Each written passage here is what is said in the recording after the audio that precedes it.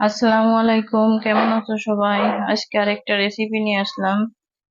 বাটা মাছ পুঁই শাক দিয়ে রান্না করব। প্রথমে তেলটা গরম করে এখন আমি মাছটা ভেজে নিচ্ছি।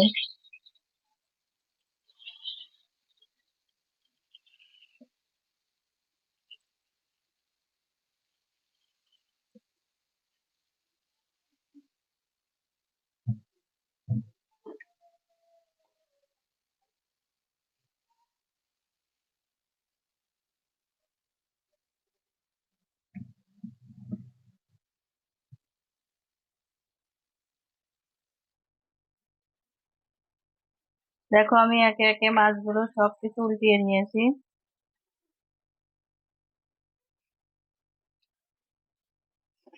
মাছগুলো আমার ভাজা হয়ে গিয়েছে, আমি এখন সব নামিয়ে নিচ্ছি।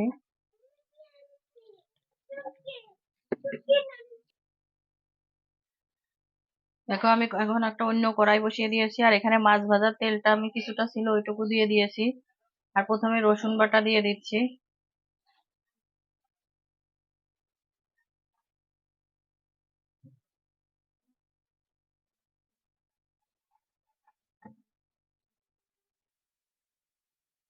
আমি এখানে রসুন বাটাটা ভালোভাবে একটু নেড়ে চেড়ে ভেজে নিয়েছি।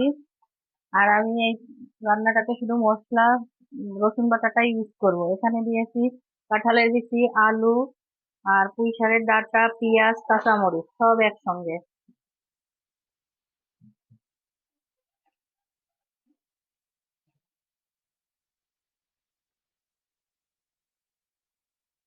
এখন আমি এখানে পরিমাণ মতো লবণ আর হলুদের গুঁড়া দিয়ে দিলাম।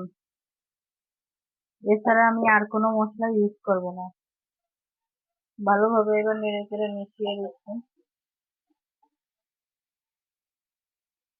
আরো কিছুক্ষণ ভালোভাবে নেড়ে চেড়ে আমি ঢেকে রেখে এটাকে ভেজে নেব।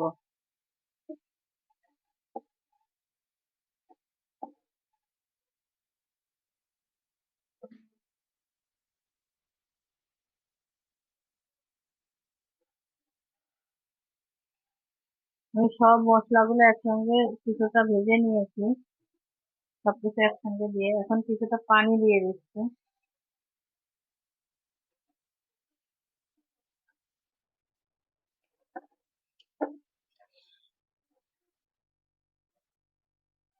এখন এটাকে আর কিছুক্ষণ ঢাকা দিয়ে রাখবো। দেখো, এখানে সবকিছুই মোটামুটি ভালোই সিদ্ধ হয়ে গিয়েছে। এখন আমি শাকগুলো দিয়ে দিচ্ছি, পুঁই শাকগুলা।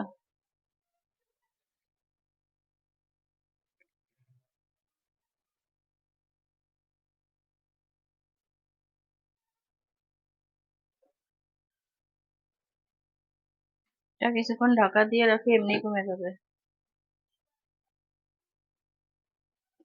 এখন অনেকটাই কমে গিয়েছে, আমি এখন উল্টে পাল্টে নেড়ে চেড়ে মিশিয়ে নিচ্ছি।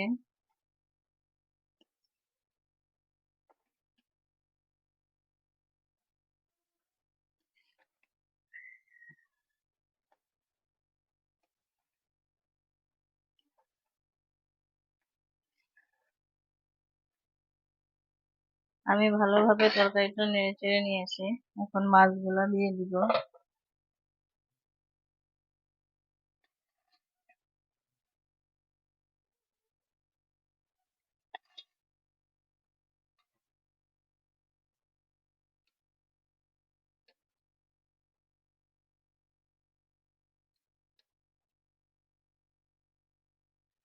আর এটাকে ঢেকে আমি আস্তে আস্তে পুরো চচ্চড়ি করে ফেলবো।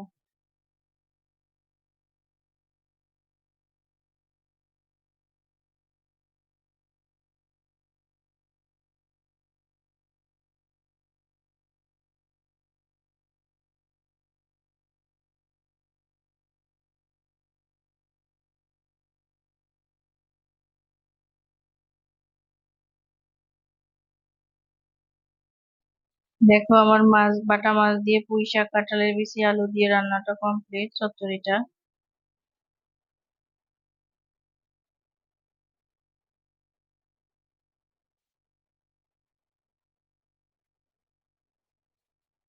আল্লাহ হাফেজ।